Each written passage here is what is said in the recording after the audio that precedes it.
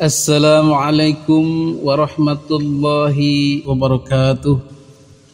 Bismillahi alhamdulillah wassalatu wassalamu ala rasulillah amma ba'du.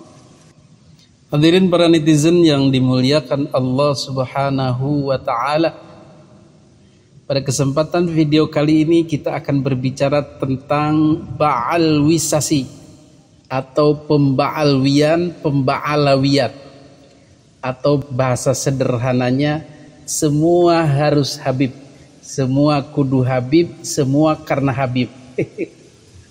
Jadi kalau kita bicara agama ini harus merujuk pada Habib, harus merujuk pada Ba'alwi, harus ada peran Ba'alwi di situ. Siapa yang harus ini mengharuskan, mengkudukkan, selalu ada peran Ba'alwi di situ. Ya, orang Ba'alwi sendiri, kaum Ba'alwi sendiri. Kenapa mereka harus menunjukkan perannya di sana sini? Harus menunjukkan eksistensinya di sana sini, harus bisa ada di sana sini. Wallahu a'lam. Tetapi usaha-usaha ini bisa jadi otomatis dilakukan karena sudah sekian lama berkuasa. Jadi semau gue sampai naik dewe sekehendak hati mereka. Kenapa mereka bisa begitu berkuasa? Karena diangkat, dijadikan penguasa oleh kaum Nahdliyin sendiri. Atas nama apa? Atas nama zuriat Nabi, keluarga Nabi. Jadi mereka bisa begitu itu, bisa berkuasa itu, bisa semau gue itu, bisa merasa mulia itu, ya karena diangkat-angkat terus, dimulia-muliakan terus. Yang salah siapa dong kalau gitu? Ya kita sendiri sih. Kenapa menyerahkan begitu saja singgasana kekuasaan itu kepada mereka? Dan kita rela menjadi budak, rela menjadi khodam, pelayan, dan pemujanya. Inilah yang terjadi. Sehingga mereka semena-mena. Mereka tidak pernah salah. Mereka menjadi pemarah. Mereka menjadi serba mengatur dan lain sebagainya. Ini sudah berlangsung sekian lama. Hadirin yang dimuliakan Allah subhanahu wa ta'ala, maka alhamdulillah munculnya Kiai Haji Imaduddin meruntuhkan ini semua, mengembalikan Islam kepada ajarannya semula yang sama derajatnya. Tidak ada kasta lebih tinggi, tidak ada yang perlu dimuliakan berlebih, tidak ada yang perlu dicium-cium kursinya, tempat duduknya, bajunya, bahkan kakinya, tidak ada. Hadirin yang dimuliakan Allah subhanahu wa ta'ala, kembali memori kita mengenang ketika Habib Bahar mengatakan begini, itu kalian kalau nggak ada Habib, itu kalian masih menyembah pohon. Kakek moyang kamilah yang mengislamkan kakek moyang kalian.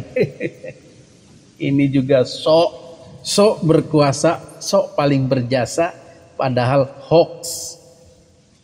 Jadi dia menganggap Wali Songo itu adalah Ba'alwi. Jadi Wali Songo yang mengajari rakyat Indonesia jauh sebelum kedatangan orang-orang habaib Hadramaut Yaman itu. Itulah dicap oleh mereka sebagai habaib.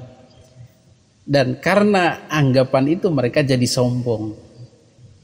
Kemudian banyak lagi klaim-klaim yang menguatkan eksistensinya seolah-olah semua karena Habib. Kemerdekaan RI karena Habib, proklamasi karena Habib, bendera merah putih karena Habib, lambang negara karena Habib, dan orang-orang keraton pun adalah Habib. Ini sudah terjadi, bro. Sudah masif di mana-mana, semua sudah begitu. Jadi klaim-klaim ini bukan omong kosong mulut saja, tapi memang direalisasikan dalam bentuk pemba'alwian atau penghabiban makam-makam orang terkenal. Semua dihabibkan. Habib Diponegoro, Habib Sumodiningrat, Habib Gajah Barong, Habib Singo Barong. Semua karena Habib. Untuk lebih jelasnya silahkan disimak podcastnya Bang Haji Roma Irama, baik dengan Kiai Syarif Rahmat maupun dengan Den Dibyo dari Keraton Ngayogyakarta, yang membicarakan KRT Sumodiningrat yang dihabibkan Habib Toha bin Yahya.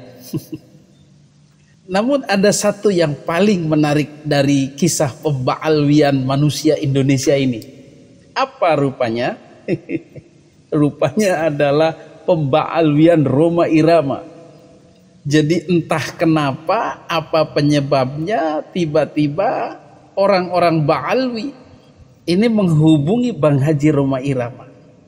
Mungkin setelah kasus dengan Habib Bahar itu mungkin, atau dengan Habib Rizik itu yang menyerang Haji Rhoma Irama, atau ketika Haji Rhoma Irama memang sudah cenderung kepada Kiai Haji Imaduddin. Jadi pertama pakai jurus serangan oleh Habib Bahar, serangan oleh Habib Rizik tidak mempan, malah Rhoma Irama semakin berjaya, banyak dukungannya, semakin menggila melawan Ba'alwi. Maka diluncurkanlah serangan kedua, serangan merangkul. Kalau tadi menyerang, sekarang merangkul. Bagaimana caranya?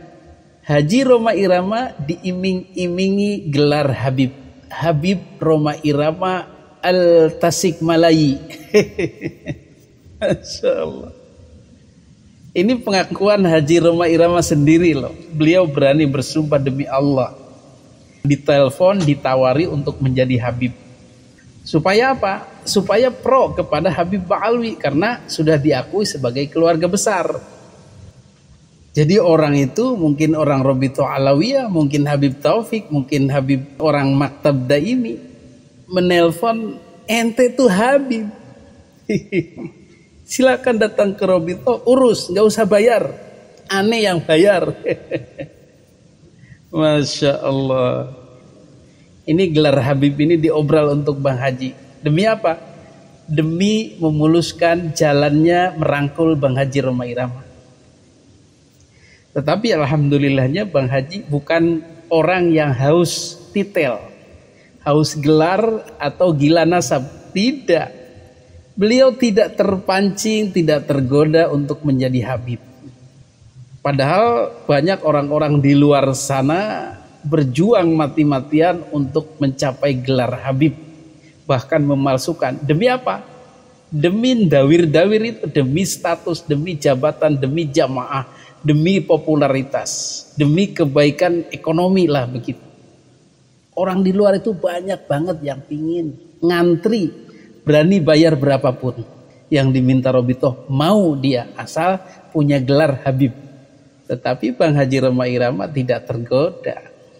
Cukup beliau itu mengandalkan kerja keras.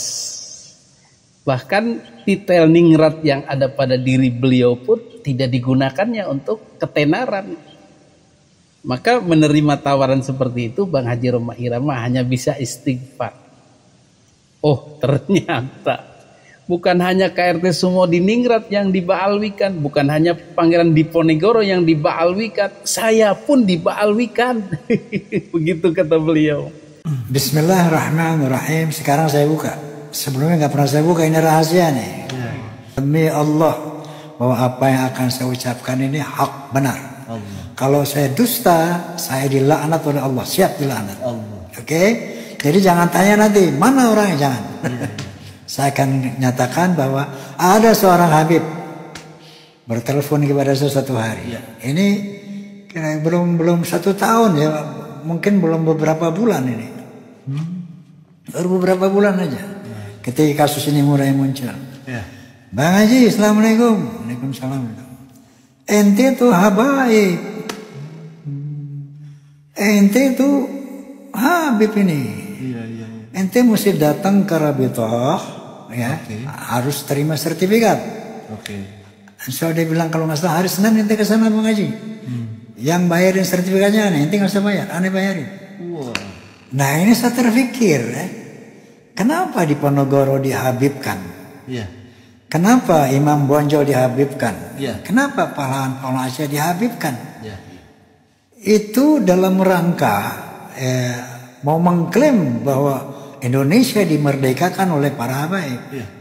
Ternyata saya pun mau dibaalwikan. Marganya apa? Enggak, dia nggak bilang marga apa. Tapi dia bilang Anda tuh Habib. Anda harus daftar di Robito Alawiyah.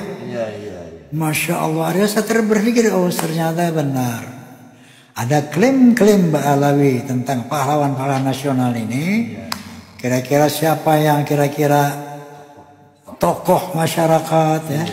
Wallahil azim, jangan tanya saya siapa orangnya, jangan. Cukup dengan sumpah saya. Ya. Nah, artinya saya mulai meyakini bahwa ini ada satu gerakan yang sistematis untuk menjajah Indonesia dengan jalur agama. Masya Allah, ini Ba'alwi ini nekat-nekat juga rupanya. Karena sudah terpepet itu, terdesak itu. Orang sekelas Haji Rhoma Irama dengan jutaan pengikut itu sudah jelas-jelas menentang Ba'alwi. Maka ini berbahaya bagi eksistensi Ba'alwi sebenarnya. Maka mereka jalankan usaha-usaha itu untuk merangkul Bang Haji Rhoma Irama. Tetapi alhamdulillah Allah Subhanahu wa taala melindungi Bang Haji dari godaan Ba'alwi yang terpojok. Bukan terkutuk ya. Selamat dari godaan Ba'alwi yang terpojok.